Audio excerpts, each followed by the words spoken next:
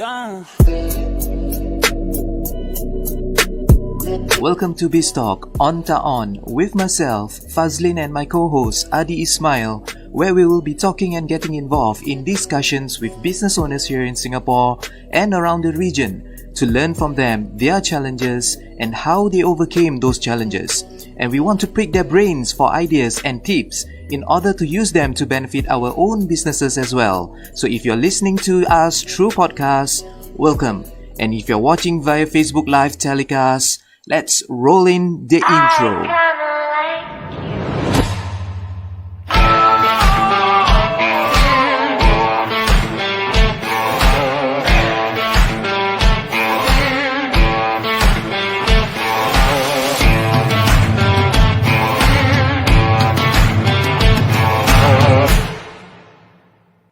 Hey, welcome back. Welcome guys. What's up? Ladies and gentlemen, welcome to another episode of BIZ Talk On Ta On with myself, Muhammad Fazlin from Mega Express International, and I'm joined here with my co-host Ardy Ismail. Hey, what's up, buddy? Hi guys, good afternoon. Hello Fazlin. Glad to be on the show again today, and I guess I'll let you do the honor of doing the intro to two of the guys that are coming on board on the show. Yep. Looking forward to what they have to share today. Sure, Ardy, that would be my greatest pleasure, definitely. So today we have two special guests that will be joining us, and they will be talking roughly about PDPA or protection, Personal Data Protection Act or something like that. So let's find out more about what they do, and let's find out how the services that they are providing can actually benefit we as business owners and business entities, right? So without further ado, let us welcome Dexter and Andy. Hi guys. Hello. There you go. How are you doing, Andy? Sorry, Dex. Where's Andy? Yes. I don't know. Where's he just got locked out. Yeah, I think we just need to wait 1 minute. Okay, there you go. Okay.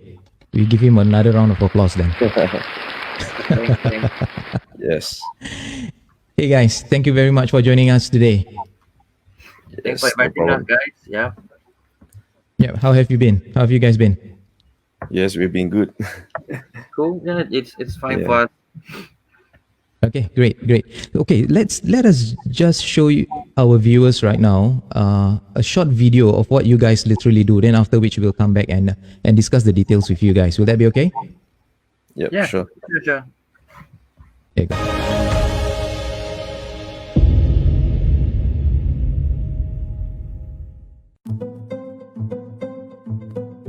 Your organization is at risk, hackers can try to deduce your password. Hackers would be able to kick you off the network just for fun. That's what minimally they can do. This is a 97% increase from 2017. To prevent your email domain from getting spoofed, that is actually a solution. And we protect from SMEs up to MNC level. We're against hacking. What we aim to do is to inculcate good cyber hygiene practices, make it a good habit to always check, to always inspect your URL link.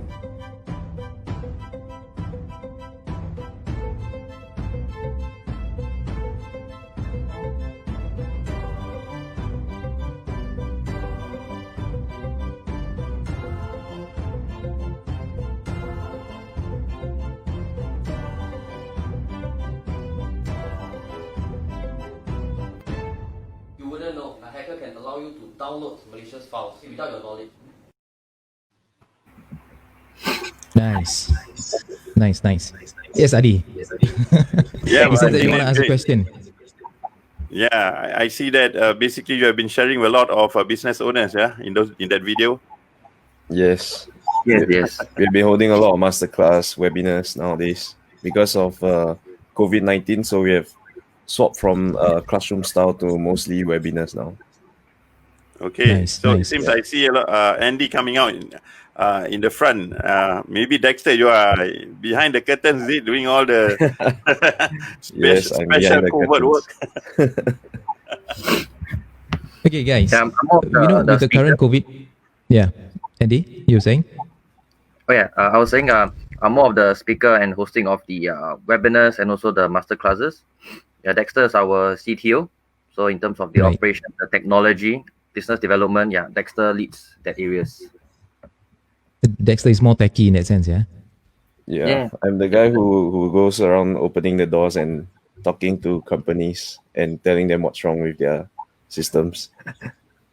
Okay, that's great because people who, you know, those guys who open up doors may knock down doors as well, right? Okay, all right, guys. Help them with the doors. Okay, guys, with the current COVID-19 situation, we know a lot of companies have transit from offline to online now. And we see a lot of them are doing or going digital, right? So a lot of them are unaware exactly what is PDPA. You know, I almost startled earlier on exactly to what it meant actually. So why is it important and why business owners or basically why does this act needs to be enforced, guys? Okay, let me share about, regarding the PDPA. Right. So first, the PDPA stands for Personal Data Protection Act. It's actually not something new. It's been around since 2012. Okay, so when a lot of people say, "Hey, how come I never hear before? How come it's been around so long?" But actually, yes, it's been around that long. And then the requirements, your obligations, okay, also haven't changed much since 2012. And one of the things to comply with the PDPA is to appoint a data protection officer, okay, also known as a DPO. And all organizations in Singapore need to comply. Okay, be it you're a one-man show, a sole proprietorship, it can be a partnership, it can be a private limited, even non-for-profit organizations and voluntary welfare organizations. As long as you collect, use, or disclose personal data, which can be with reference to your customers, your employees, even your suppliers, right? As long as you collect personal data and you use it, you have to comply to the PDPA. And actually, in the past few years, maybe not so much business owners are aware, but ever since the huge hoo-ha regarding the SingHealth issue, you guys know, right? SingHealth, a year plus back ago, even our Prime Minister's medical records were accessed multiple times. So then, the Personal Data Protection Committee, PDPC, which governs the PDPA, they came in, they did their investigations, and then, they were penalized the maximum amount, which is $1 million, right? Of course, the IT vendor themselves got the blunt of it, and also SingHealth. So then more and more businesses, start to see PDPC's enforcement. And PDPA, okay, not only affects big businesses, even small SMEs, micro businesses, lean businesses, all these are also coming out of the news more and more often. And you can see all this news on PDPC's main website. Yeah, so that's overall in a nutshell what the PDPA is. Dexter, anything to add on? Yeah, so a lot of business owners don't know that it is also mandatory to appoint a data protection officer. Be it you're a sole proprietor, LLP, or even private limited, it is mandatory for you to appoint one data protection officer. Yeah. So that means what you're trying to say is that SMEs, even small companies, small businesses that is, need to engage data protection officer. Yes, and I think not sure if your companies have received in your email. Accra has been sending out emails to everybody and asking everybody to register data protection officer in Accra. Yeah. So if I so decide not to have one, what's it going to be like? You mean the penalties? Yeah. Well, very straightforward. The moment you don't have a DPO appointed, okay, and you need to have a formalized process to sign off the engagement with a DPO, it can either be in-house or can outsource this obligation. Okay. From past enforcement cases on PDPC's website, we're looking at about $5,000 to $20,000 fine. Okay. 5,000 to 20,000 fine without declaring a DPO. Not about declaring, but not appointing a DPO. Right. Okay. Right. And then on the other end, okay, one of the mandatory clauses is that all organizations should put their business contact information of their DPO, okay, online or rather publicly available. So this can be a privacy policy. And with the recent tie-up between Accra BizFile, okay, the Accra Business Registry and PDPC, now businesses can register their DPO in Accra itself. And anyone can type in your company name, anyone can see whether you have a DPO. without even logging in via SingPass or CorpPass. So, Right. so for this DPO, right, do they need to have any qualifications, or it could just be anybody, or I'm curious on that, basically. Okay. So each organization is supposed to find and to designate someone with the most experience, someone who is fit and proper to be able to take on this responsibility. So most of the time, if a business is looking at someone in-house, okay, then this will be a management level position, because he has to identify and understand all the business activities ongoing on a day-to-day basis. He has to know the processes. He must be able to also make management decisions, identify risks, and make certain decisions that will enhance or change how the business is run. Right. Okay, so I'm a little clear about a data protection officer and why a company needs to appoint one. Okay, guys, we all know about going digital and stuff like that. So we see a lot of companies now are having their own online marketplace, right? Like say for example, me, myself, and Ardy, we came out with Halal Market and all that. All right, so not many companies realize that with opening up an online marketplace, the databases like your clients and even your shoppers, all these are data, right?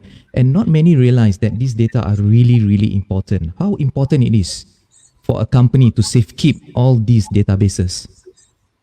Okay, maybe I'll answer this. So a lot of companies nowadays are launching e-commerce websites, going digital, right? Correct. Because of COVID-19. So, and a lot of them are like hiring developers from India, Vietnam, just because it's cheap. And a lot of these companies overseas actually don't care much about your security. So a lot of these codes are actually having a lot of bugs. So how do you fix these bugs? Is actually you need to get some security company like us, or you hire a white hat hacker to actually test your systems. And then we will check whether there's any vulnerabilities, whether they can make free purchases, whether they can even get access to your database from your website. Right. So Dex, what you're trying to say is that you need hackers yourself in order to find out, whether there are other hackers hacking your accounts and your system. What the term is normally, it's called penetration test. So we actually, in PDPA, actually, they actually advocate you to, before you launch your website live, you actually should be doing a penetration test before even going live. Yeah, because if not, if in event of data breach, you need to report within 72 hours to PDPC of the breach. And after you report, when they do their investigation, they will actually ask you, where's your penetration test report? And if you don't have one, you're gonna definitely be fined. Right. And I would like to add on, that there's under one of the 9 obligations of the PDPA is the transfer limitation.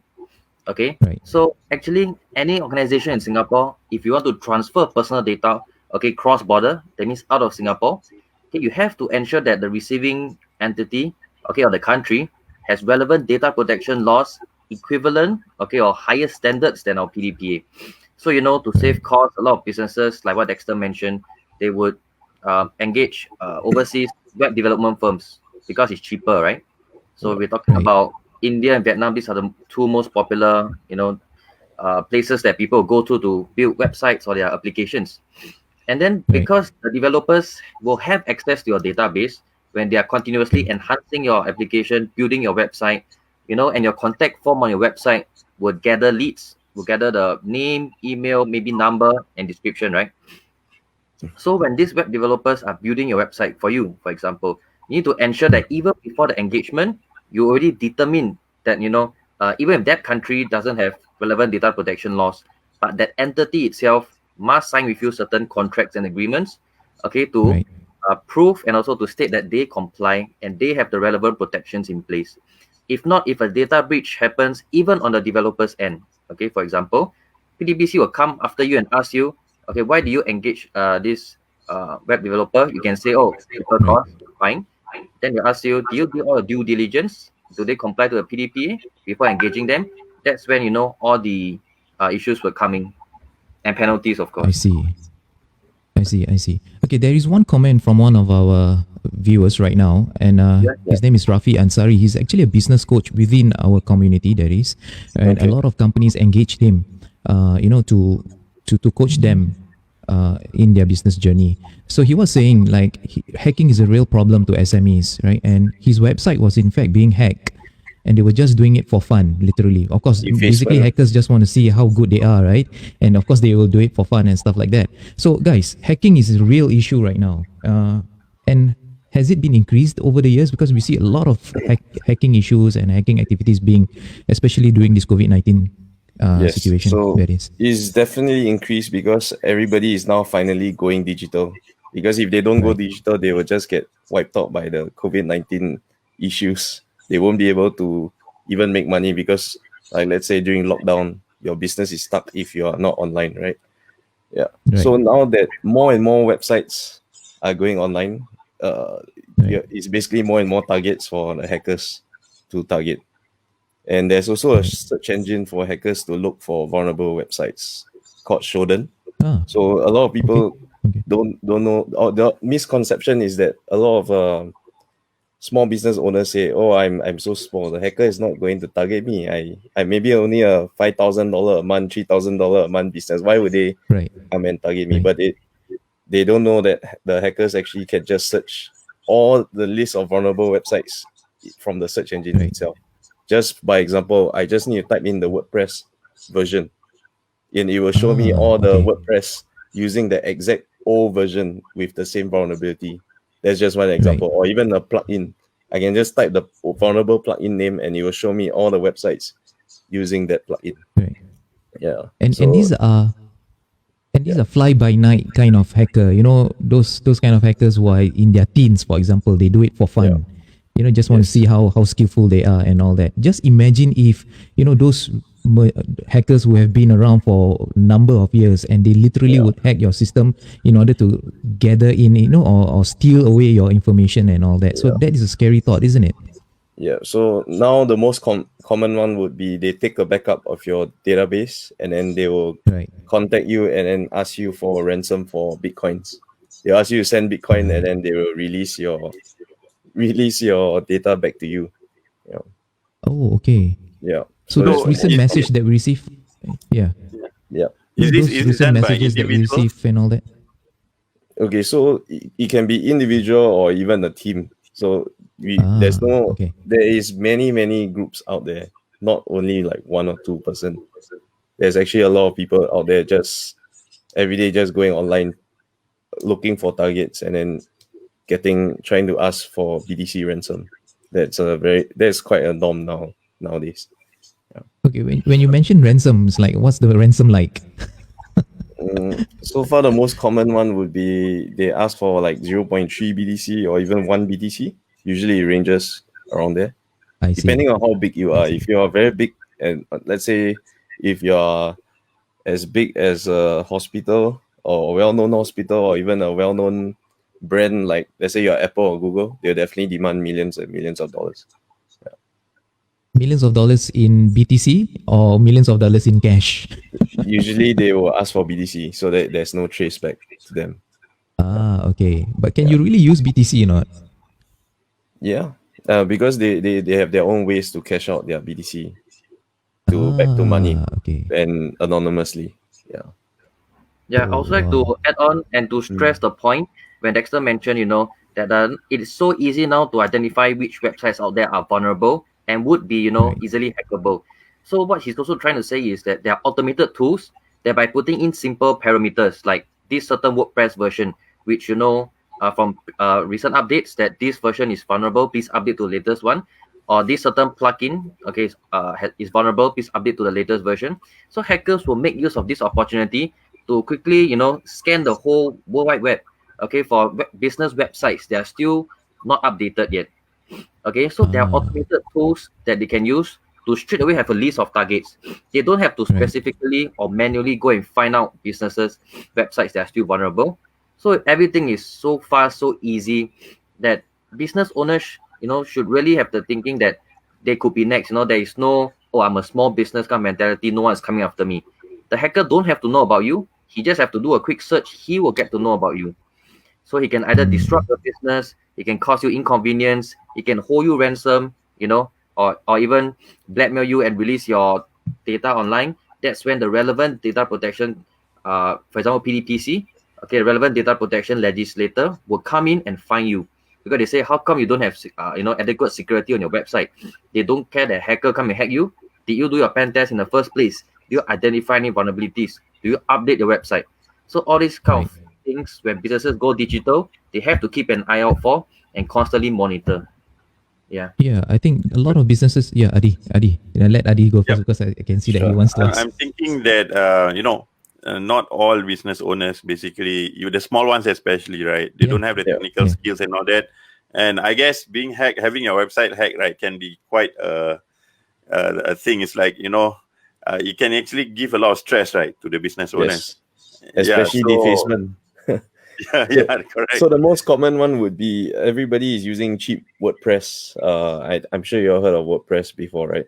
Almost every India web developer or Vietnamese web developer would be selling you, oh, you want to make a 5-page website? Okay, we'll just do it on WordPress. Or you want to make an e-commerce website or food ordering website? We also just do it on WordPress. But a lot is cheap to implement, but it's also the most popular because it's cheap. So the hacker will always target these popular platforms. Right. Yeah. So there's not only. Yeah, you were saying, Dex? Okay, so just because it's cheap but it's actually quite expensive and time consuming to maintain a WordPress website, because there's always updates for plugins or even your themes or even the whole WordPress version itself needs to be updated whenever there's a new vulnerability being found. Yeah. So is it better I have to use admit. sites? Yeah. Sorry? Yeah, Adi. Is it better to use sites like Wix or Shopify? Would those actually be vulnerable as well? No, it's actually all the same. There will always be version updates. You need to monitor, make sure your site is up to date. And no matter what website you use, there will definitely be vulnerabilities, especially if you're going to use a overseas outsource vendor. Because their top priority is to faster build your website, not to make it secure. They just want to faster finish your project, get their payment, and they just hand over the website to you. That's their main priority. Yeah, and quite a lot of them are using junior developers in their country just to make the most profit out of you. Yeah. So security is definitely not their top priority, and we definitely recommend you to at least do a pen test before launching your website, or if you have one and you have not done any pen test and you're holding a lot of data, or you have some e-commerce website that is collecting payments and data, you definitely need to do a pen test. Yeah. Okay, that's a real scary thought, because I have to admit that I am one of those who seldom update my plugins. Yes, my company website uses WordPress. And I'm sure I'm not alone. Definitely. Because there's so many plugins, right? Because there's so many things that needs to up to date very often. Yeah. And you don't really monitor it every single day, because you are busy with other stuff and all that. But I think it is a form of responsibility when companies wants to go online or really gone digital.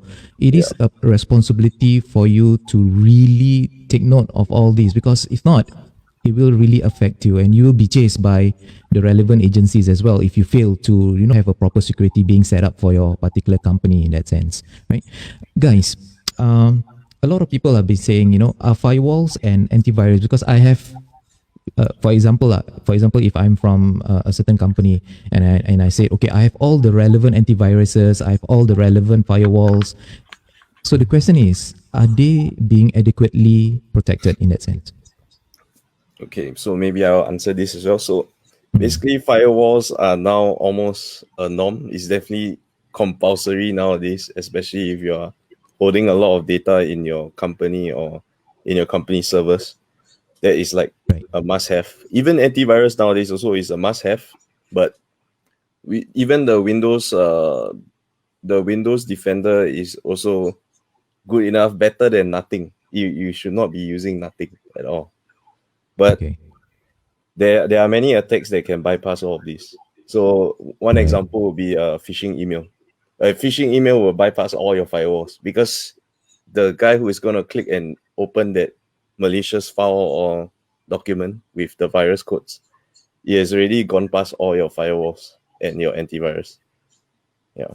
Right. So nowadays, this is also, I mean, if you see in the recent news, there's even during this COVID-19, there's a lot of phishing attacks going on. They make use of the COVID-19 news and say like, hey, because of COVID-19, work from home, please update your password now that you're working from home and stuff like that. And then they use it to steal your passwords. So when they have access to your password and accounts, there's no firewall that can block it, because they were just acting as you logging into the system from home. Yeah. Yeah, but so to answer a question as well, you're asking if firewalls, and antivirus, Right. are they together adequately protective enough of your system, right? These two, the answer would clearly be no, because like what Dexter said, there's so many ways, to perform an attack vector. Can be a phishing email, can be compromising your website, putting a file into your database, that only endpoint protection itself will not be able to cover you. Yeah, so these are minimally as good practices what all businesses should install on their servers, on their endpoints, on their computers. But then again, there's a lot more to watch out for and to be aware about. For example, your internal processes, okay, your policies, how you, when you receive a file or an unknown email or phishing email, you know how to spot it, right? If you see, for example, even a thumb drive lying around, with the word HR or salary, don't go and take it and put in your computer thinking, oh, you want to be capo and see other people's salary. This may be left around by a hacker, right? Then the moment you install only, then kena already, right? All the malicious software auto download into your computer, spreads to everywhere. So there's a lot of things to be aware that, companies should send their employees for proper training to understand more or less the full scope of how they should have good cyber hygiene practices in place. Yeah. Not only just having the physical installation of software, because to be honest, right, you're only as strong as your weakest link, and in any organization, the weakest link is actually humans, okay, not the technology. Yeah. Okay, you mentioned about training and stuff. Do you guys do training as well?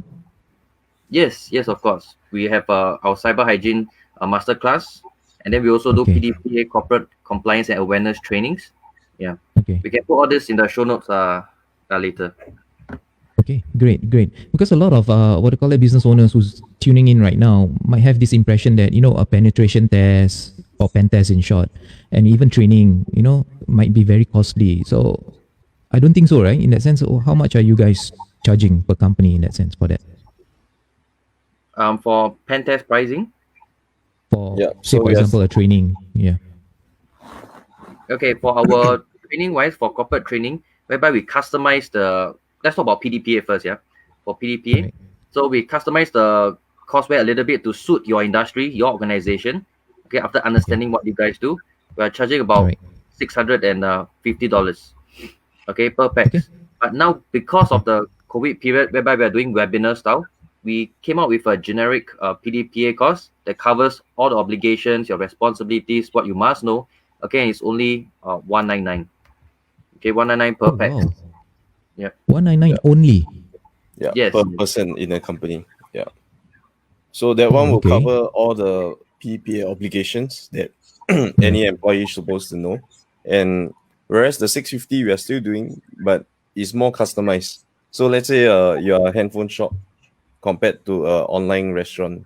Yeah, the PDPA training is completely different, because the way you're going to store your data, the way you're going to collect the data, how is your guys going to use the data is completely different. So we will train you based on your specific industry. Yeah. I see. Yeah. Ardy, do you have anything? Yeah. So if let's say, right, after going through your course and then and their website still gets attacked, I mean, would they be able to actually come to you for consultation or anything like that? Yeah, definitely. We actually don't charge for consultation, but we only charge for our services. So we will always recommend you should always at least do it. Let's say you cannot afford pen test every year, but you should at least do it once before after every major upgrade to your website. You definitely should do your pen test. Yeah. And that leads to the question of how much does a pen test cost?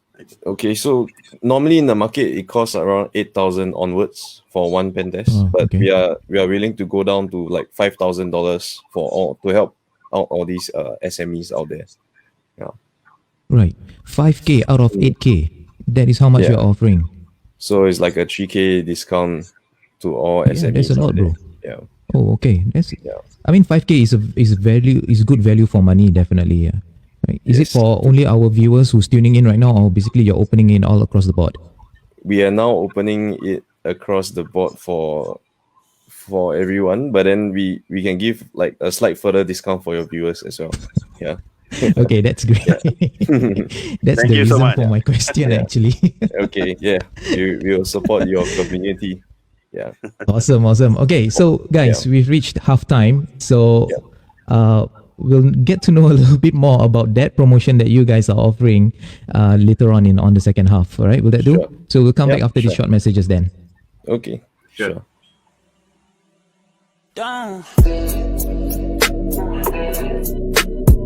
Welcome to BizTalk On Ta On with myself, Fazlin, and my co-host Ardy Ismail, where we will be talking and getting involved in discussions with business owners here in Singapore and around the region to learn from them their challenges and how they overcame those challenges.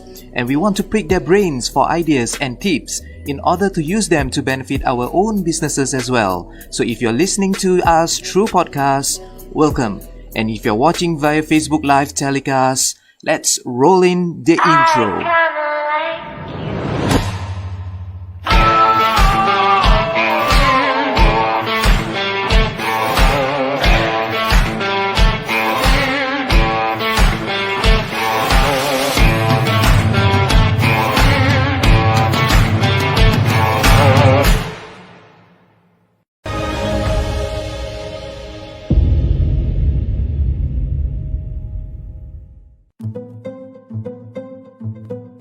Your organization is at risk. Hackers can try to deduce your password. Hackers would be able to kick you off the network just for fun. That's what minimally they can do. This is a 97% increase from 2017. To prevent your email domain from getting spoofed, that is actually a solution. And we protect from SMEs up to MNC level. We are against hacking. What we aim to do is to inculcate good cyber hygiene practices, make it a good habit to always check, to always inspect your URL link.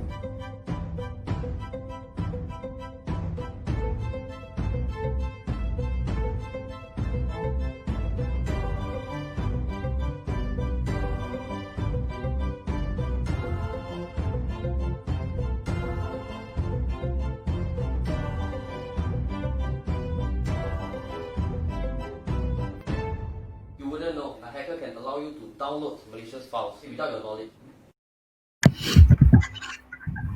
Nice. All right, so welcome back, guys. Welcome back to our BizTalk On session today. All right, so we are talking to both Andy and Dexter from antihack.me, right? And what they do is basically they are very much against hackers, and all that. So they have attractive offers for all our viewers today. So do stay tuned, right? All right, let's go to our viewers right now because there are some questions from Rafi again. He was asking whether are there any government grants for cybersecurity. Okay. Yeah. So the current government grant out there will only cover. Sorry, there's some echo. Okay, so the government grants out there would be the Data Protection Trust Marks certification. Yeah, I think Andy can share more about that. Yes, so there is a certification process, and it's called DPTM, Data Protection Trust Marks. Okay, this would enable companies who are very confident of their PDPA compliance and more, okay, to go for this certification, kind of like an ISO. Right. Okay, government's also actively, promoting this, that organizations should go for this certification, so that this will help them in terms of, being competitive in the market, being retaining more customer trust and loyalty for your business, and also your consumers would be able to tell that you guys have gotten this certification, you guys are properly governing and protecting their personal data that you value, okay, the PDPA. So there's grants that companies can go for, and even the assessment fee, the audit fee is also supportable, okay, up to 80%. So which is quite a huge amount of grant support. Oh, okay. I think 80% is quite a lot. Yeah, Quite a lot. It is, up it to, is. yeah. But usually, how much can they get? We cannot say this on air, but then there are of course more or less percentages of the typical amount of support that companies can get. But again, the grant support is up to 80%. Sometimes it can be slightly lower. Yeah. Okay. I see. Right. Okay. Guys. Okay. As a business owners ourselves, we all know that competitors plays a very important part in how we do business, isn't it? Right. So, Yeah. what are the possibilities that our business rivals and our competitors engaging hackers just to steal data and information from us? What do you guys think? Or if you guys have any real life accounts that you guys want to share, please do so. Okay. I would say for businesses or rivals to go and engage, malicious hackers, so black hat hackers, to come after you to, dig out whatever they can about your website, try to extract your database, try to, even vandalize your website. Okay, this will require a budget. So I would say for very small or even just small SMEs wouldn't really go through this. They wouldn't engage because you need to spend money, right? They have to try to take you down or Right. cause inconvenience for you. More of the bigger firms may go this. But all this is normally, very hush. And you can see even on the news, sometimes you see the word state-sponsored hacking activities, state-sponsored. Okay, this means there's actually very big backing. That is, it is an organized hacking syndicate or event. Okay, that is sponsored by certain large companies, MNCs, or even governments. Okay, there's hacking, other governments or spying, etc. So, Dex, you want to share more on this? Yeah. Yeah, Dex. I mean, so you're asking for the possibilities between business rivals and competitors engaging hackers, right? Yeah, to hack each Right. other. Yeah. So in Singapore, it's not very common, but in overseas, it's definitely super common. So Singapore business owners shouldn't need to worry so much about overseas, but competitors hiring hackers to hack you. Yeah. But more of, I think nowadays, there are more of whistleblowing that you do not have a data protection officer in your company. That would be the easiest way. So a lot of people are Letting asking out a like, secret. yeah, because it's so easy now to check whether you have a data protection officer or not. You just need to go to your website. On your website, you don't display who is your data protection officer. We know that straight away anybody would know that your company is not trained or even prepared Right. for PDPA, because you are supposed Right. to put the DPO's contact on your website in the privacy policy. Right. Yeah. I think so even for the- e-commerce websites, especially when you want to make the payment and all that, you can see that the website doesn't have a proper SSL certificates and stuff like that. And there's- definitely for sure this company doesn't have Yes, a data that's- protection officer, because that that's the worst. DPO doesn't actually, ensure Yeah. that this company has the proper SSL certificates and stuff, right? I mean, to make it more layman, for those who don't know, if you have an e-commerce website with no SSL, means that everything is transmitted in clear text. So you could actually, all the hackers in, let's say in the same Wi-Fi network as you. So let's say if you're Right. doing some shopping in Starbucks Wi-Fi, they can actually see what you are transacting on that website that has no SSL cert. Yeah. Right. Oh, that is a scary thought, really. Yeah. All right. Okay, guys. Because a lot of people have been asking me about pen tests and stuff like that, penetration tests and all that. Yeah. Let's talk a little bit about that. Yeah. Sure. You guys mentioned that you are offering penetration tests and all that, and I understand that you guys use real hackers themselves in order to conduct this pen test, correct? Yeah, that's right. So Tell we us actually more about it. Yeah. Yeah, so the hackers that we actually use are firstly CREST certified hackers, which is what Singapore is actually promoting nowadays as the standard. Okay. Yeah, whereas the overseas standard would be a certificate called OSCP. Yeah, it's called Offensive Security Cert, certified professional. Yeah. So it's actually the equivalent of CREST certification nowadays. So the government will actually ask those who already has OSCP to convert over to a CREST to be CREST certified. Yeah. So these are the kind of hackers we use, as well as their background is also, they are also the Hall of Fame on Google, Facebook, Dropbox, and all this. Yeah, so they are actually quite really good in what they do. When you say Hall of Fame, what does that mean? How do you get to be in the Hall of Fame? Okay, so in Singapore, it's not that popular yet. It's in overseas. There's this thing called bug bounty. So all these hackers actually participate in this bug bounty program where they report vulnerabilities to the big companies, and the big companies will actually reward them with money for reporting a specific bug. So depends on how severe the bug is, you get more money. So it's rated P1 to P5. So the P1 would be the most highest paid bug, which probably most of the time is like database issues where you could take out all the users' info and stuff like that. So you'll get paid based on the P1 value. Yeah.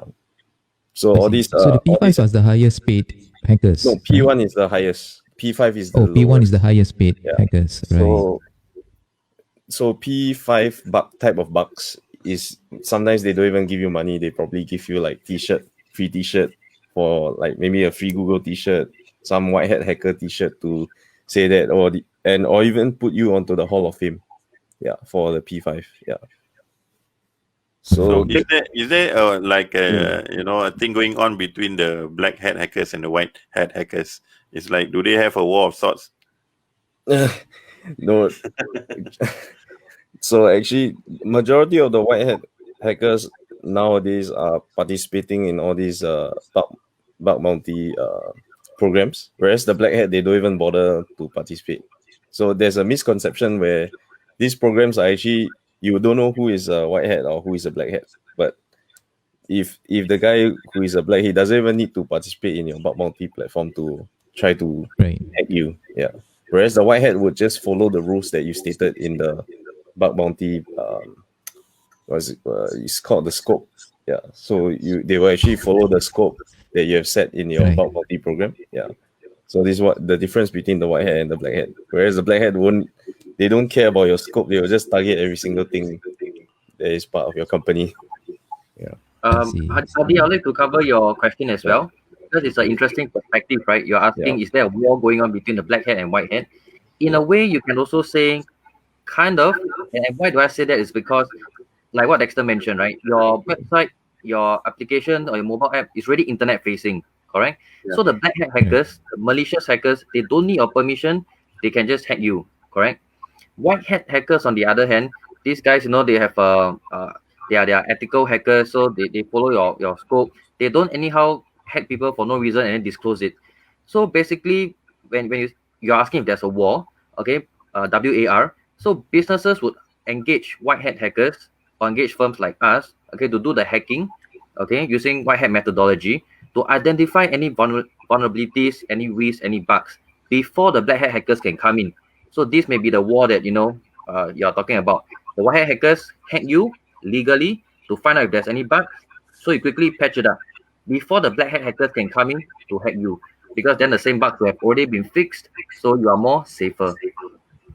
Yeah. Okay. Is there ever a chance that a white hat hacker can turn to the dark side?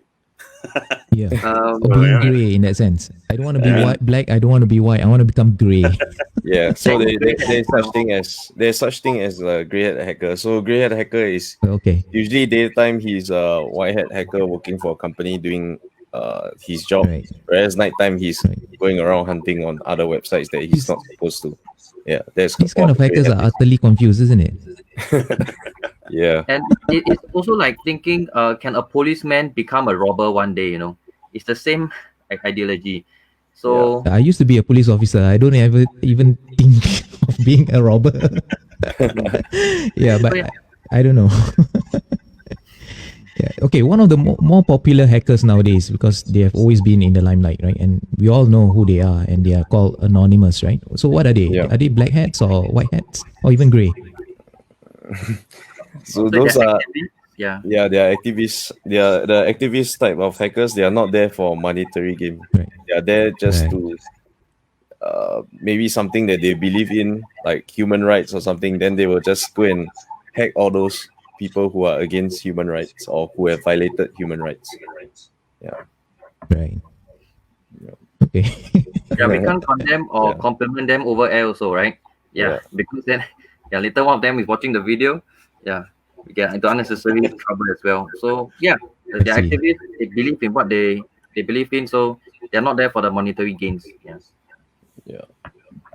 So like See, so business I guess owners, there's a lot of reasons why anybody want to go to be a black hat or white hat hacker, right? So I think it's like the most important thing is that for business owners, they need to understand that, you know, if there's ever, they need to take care of their websites, and they need to have somebody to really take into account their websites and to be, you know, accountable to it. At the same time, if let's say a business owner has his website hacked, what, you know, you can't call 999 and ask the police to help you. So is there a number that they can call, or anybody they can go to you So mean any when they logo get that they can hacked? shine on, when they get hacked, and Like- in just an like Batman. emergency situation, for example? Okay, so when you get hacked in Singapore, that you can report it to CSA, Cybersecurity Agency of Singapore. But in the end, they will just point you to tell you, like, they will recommend you, like, you need to faster go and do a pen test and all the usual stuff. So you would definitely still need to find a cybersecurity company to help you out. There isn't like a free help desk where the government will do the service for you for free. It's not going to happen. Yeah. Right. There's no way they are going to conduct an investigation or anything unless, Yes, of course, yeah. it involves millions of dollars, lah, right? No, I mean, even if it involves millions of dollars, they are not going to investigate for you. So yeah, they're just going to ask you to go and pay for your own cybersecurity company to go and investigate and find out what's wrong. Yeah, only unless you lost some state secrets, then they will probably investigate for you. Yeah. Okay. Yeah. So I think for our viewers and our listeners right now, this is definitely the right time to engage AntiHack.me, isn't it? Yeah, we purposely make ourselves affordable. Yeah, for all SMEs. Right. Yeah. Okay, and that goes to the question, what is your unique selling proposition or USP? What differs you from the other anti-hack companies out there? A lot of the companies out there are more focused on the big boys. Like, imagine those small SMEs, usually they don't really bother to entertain you guys. Whereas ours, we don't care whether you're big or small. We are out there just to help you. So we will definitely go and, the same way we treat our big clients, we will definitely be treating you as well. We enjoy finding all the bugs on your website. So we want to find as many bugs as we can for you to fix your website. Yeah. Right. With your permission, of course. Yeah, With your permission. Yeah. So, and a lot of times I tell the SME owners, don't bother trying to set so much rules, because the black hat hackers has no rules. Why would you want to put so many rules onto a pen tester when he's supposed to find out all the vulnerabilities on your website or even mobile app? So for me, I prefer to not set any funny rules like, or you should only test this part of the website, or you should only test this server, don't touch the other server. Yeah. Right. So that's one of the biggest issues nowadays when we are doing projects. There are clients who set too much rules, and we tell them that when the black hat is gonna attack you, there's no rules at all. Yeah. What we are saying also is that businesses shouldn't restrict their scope too much. Okay, in fact, if they don't restrict it, it's even better. So along the way, when we're doing the penetration test, we may find other vulnerabilities or linkage to other sites or your different servers, different points of entry. If you restrict the scope, then we do the pen test only on this defined scope. In case there's a vulnerability outside, which we never do the test for it, so we won't know. When you get a data breach, and then the client may say, hey, how come I still get data breach? How come I still gonna hack? You guys did a pen test. Then we'll come in this process of ding dong, because you set the restricted scope. We're not able to find anything outside that you asked us not to touch. So we want to avoid all this, and it's always best to leave it open. So we'll come to you and tell you everything that you're vulnerable for. Yeah. I see. Yeah, Ardy? Yeah. So basically, most companies, I guess, they have certain servers where they think nobody should go and touch, right? So that's why they are afraid of you guys even doing the test. Maybe you can inform our audience that the pen test is actually quite safe. It does not disrupt the data or anything like that. Can you give that? Can you convince them? Yes. On that? Normally, we definitely would ask clients to put a staging server. So we actually pen test on the full one-to-one copied staging server. So it doesn't affect their live server at all. And let's say in event they really cannot do a staging server, we will be able to pen test on the live production server without any downtime at all, because we do not really do DDoS attacks and such stuff that disrupts the business. So we are more of testing for vulnerabilities in the codes or in the business logics and stuff like that. Yeah, and even when we are able to access your admin panel or your database, the pen test attack vector for that particular vulnerability stops right there. We will take the screenshot, we will document down a proof of concept of how we are able to access the sensitive data, and we stop there and we move on to the next item to be pen test on, or other vulnerabilities to be tested on. So we will not modify any of your data and whatnot, so there is no disruption to your business or your website. Right. Right. I mean, yeah, Ardy, you were saying? No, go ahead. Go ahead. Yeah. Okay. For me, I'm very assured because I understand where you guys are coming from, because you need hackers in order to find hackers, right? Same goes to me. I mean, I've already mentioned that I used to be a police officer, and you have to think like a robber, in order to trace one, right? So, but that leaves me in, that feeling of how assured should I be, knowing that there are real hackers coming in and to check my system for those pen tests and stuff like that. Yeah. I mean, we are also protected by contract. So we are a Singapore company. So we have proper contracts in place to make sure that none of your stuff are being leaked out and etc. And we are also in advocating PDPA. We are actively promoting PDPA. So we definitely would our top priority is to make sure your data is not being lost. Yeah. Okay. So so other than having NDAs, confidentiality agreements in place and certain clauses, but also because we are using ethical hackers only, and the most important thing that we always tell our clients is that you're asking us how safe can you trust us or our hackers, for example. But then you should be asking yourself that online hackers, because your website is internet facing already, the black hat hackers don't even need your permission, right? So then these black hat hackers can already hack you anytime, even when you're sleeping.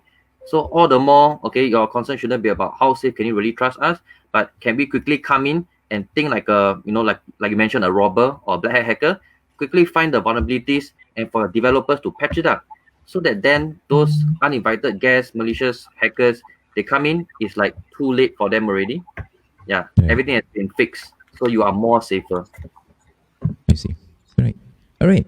So let's say if I'm a company that very much interested to engage you guys right now. So let's talk about your offers and what discounts that you have for our listeners and our viewers right now. So one of them is actually the, let's take a look at that, the 5K pen test, right? Normally it's 8K, right? So you guys are offering 5K across the board right now. So what's the special discount for our listeners and our viewers today? I think we will be able to do it for 4,500 for your special price for your listeners. 4,500.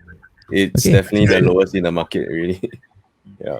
4,500. Yeah. So our fellow listeners and viewers right now, let's give them a range, not for for today. Maybe for the next 7 days, or maybe for the next 2 weeks. For example, this promotion that you're having, $4,500. We are okay to give it the whole month. $4,500. Yeah. We can give it the whole of next month. Yeah. The whole month is fine. August special. Yeah. Yeah, the whole August. That's great. August special. $4,500. Normally you'll charge it $8,000, but that's nearly half of that amount right now. So if you guys are very much interested, this is the time for you guys to engage AntiHack Me. So not only that, they do have other promotions as well, and this is one of them, right? Yeah. There you So go. Andy will say the rest of the promotions. Yeah. So typically for our data protection officer as a service, we call it DPO as a service, right? It's an outsourced data protection officer that we provide for our clients, for businesses. Okay, there's a whole list of items that we'll do for you to protect you, to address your PDPA obligations, okay, which includes we go down to your office biannually. So we will perform 2 surprise audits. We'll go around, take pictures, we'll identify the risky areas, we'll generate a report, okay, to management, so that then certain decisions can be made to enhance certain processes. Okay, we will provide a named individual as your DPO in Accra BIZ file. We will, get you to apply for the PDPC's corporate e-learning, so that all your employees, especially those that handle personal data on a day-to-day basis, will complete the courseware and export out your results. Okay, this will fulfill your training obligation to keep everyone updated on PDPA and aware. Okay, we also add our clients' employees to a monthly PDPA newsletter to keep them updated on any latest regulations, news, breaches.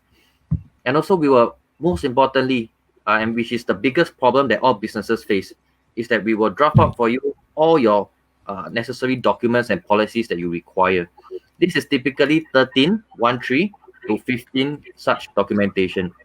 I can tell you about 99% of all businesses never heard before of this documentation before, don't even know how to draft it. Okay, so we have this in place. We understand what your business does, how we collect, use, process personal data, and then we'll draft this for you. In the event of a data breach, right, or certain documents can be requested by the public, okay, you will need to show all this documentation. Okay, and one more thing that I would like to share, that I always love sharing this about the PDPA, is that under the PDPA, any individual can come up to you as a business, okay, and say, in the past 1 year leading up to today, what is the personal data you have about me? How have you used it? And who have you disclosed it to? Okay, so under the PDPA, you as an organization, you're obligated to reply them, okay? But can you imagine tomorrow 100 of such people come up to you and ask you, correct? Then you don't even need to run your business anymore. You're just busily replying all of them. So actually, you should also know that you can levy or you can charge an administrative fee.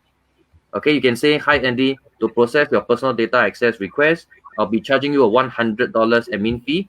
Okay, once you've made this payment, we will then get back to you maybe in 14 days on your questions, for example. So all these kind of things, okay, you must know your obligations both as an individual and as an organization under the PDPA.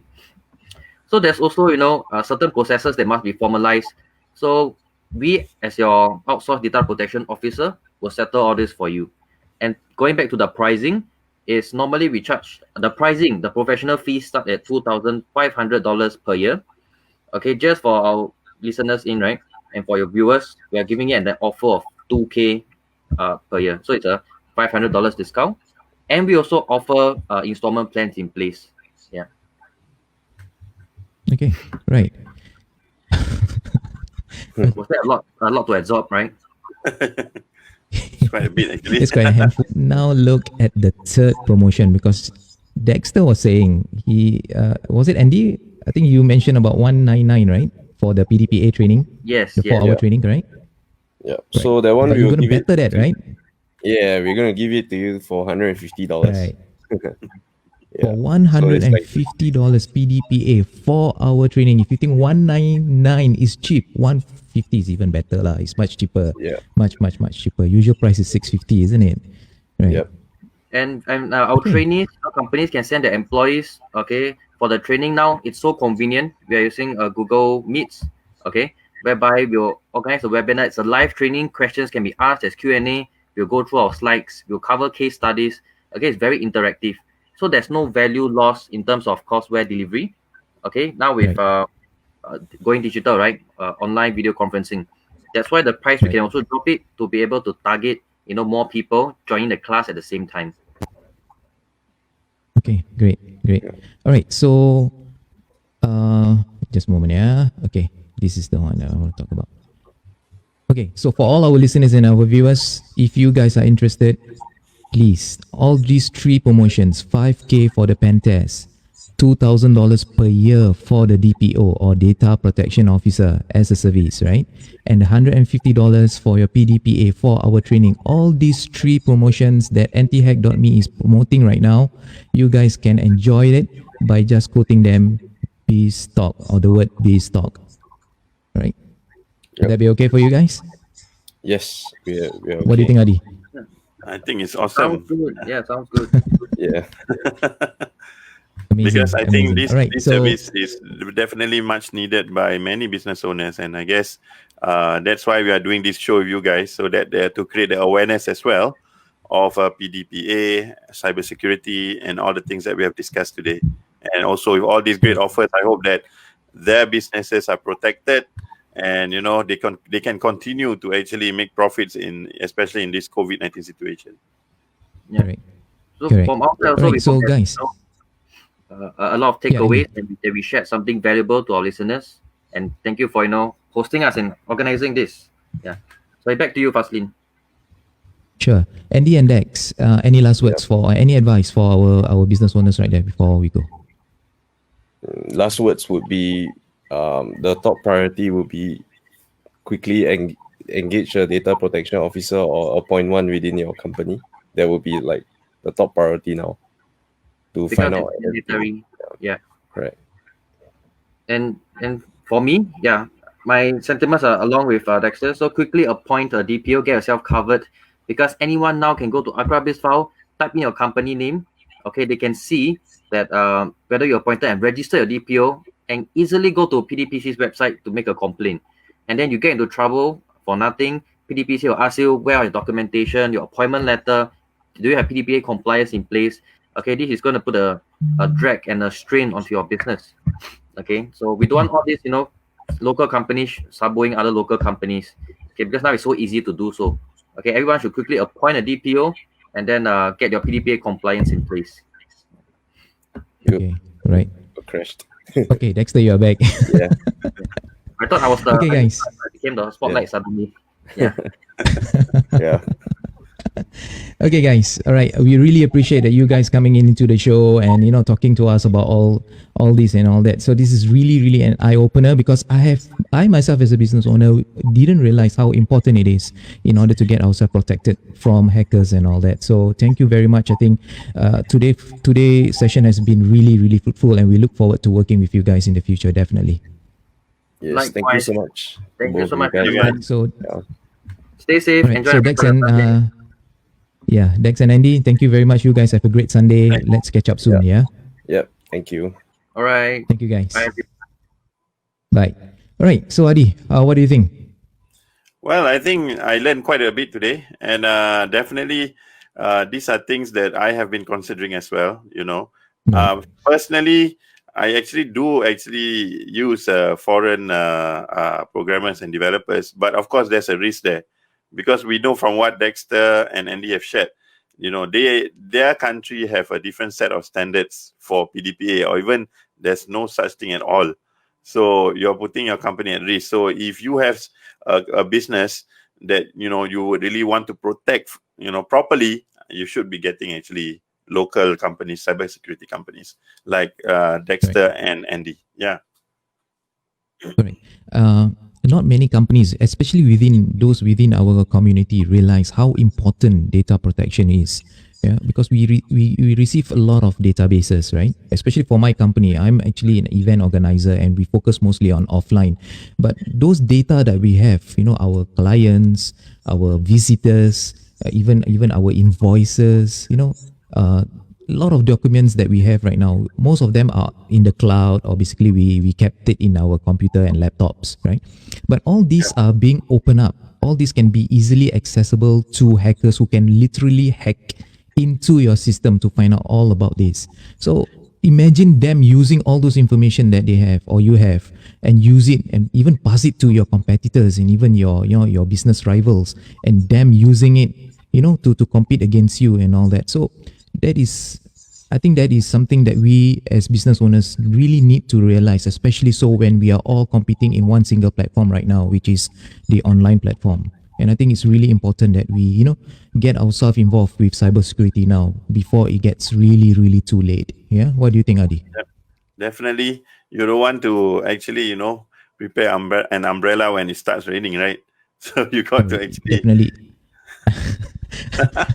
Okay, that's a good analogy. But I think for this case, even it's not raining, I think it's better for you to just buy one umbrella. Yeah, get a big umbrella. One really big one. Those that you can open from inside the car, and the upside down one. Okay, I think today's today's session has been really fruitful. We talked to two very intelligent guys from AntiHack.me. They have special promotion, and I think if you guys were to watch our video again, you can see all the promotions that we already highlighted. You guys can just use the promo code BIZTalk to enjoy all those promotion, and they are opening it up until the end of this month. That means for the whole of month of August. Right? Yeah, Today is the 26th of July. Right. Correct. For the whole of August, you may enjoy those promotions they are offering by using our promo code BIZTalk right now. All right. Right. Okay. Great. So, can I just do some announcement, Ardy, as usual? Yes, as per of normal? course. Please. All right.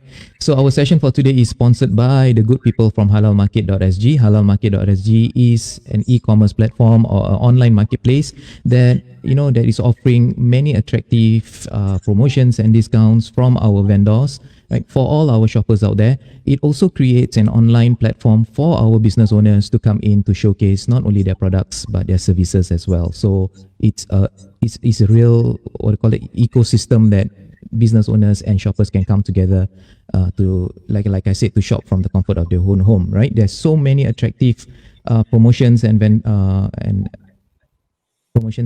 discounts, I would say, that you guys can see from halalmarket.sg. So you just can go to www.halalmarket.sg to shop whenever you guys are free.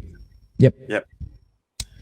Right. Definitely. Thank you, Fazlin, for promoting halalmarket.sg, because definitely it's that we've been putting a lot of hard work into the site, and the vendors have been actually pushing their products, trying to actually get the best products for the site for all our audience out there. Yes. Thank you, Fazlin, once again. Okay then, thank you very much. So that's the end of our show for today. Let's catch up again next week. Yep, where we'll be inviting a few more speakers to join us as well. Yeah. Yep. Okay, Ardy, thank you very much. Have a great Sunday and take care, guys. Stay safe. Take care. Ciao.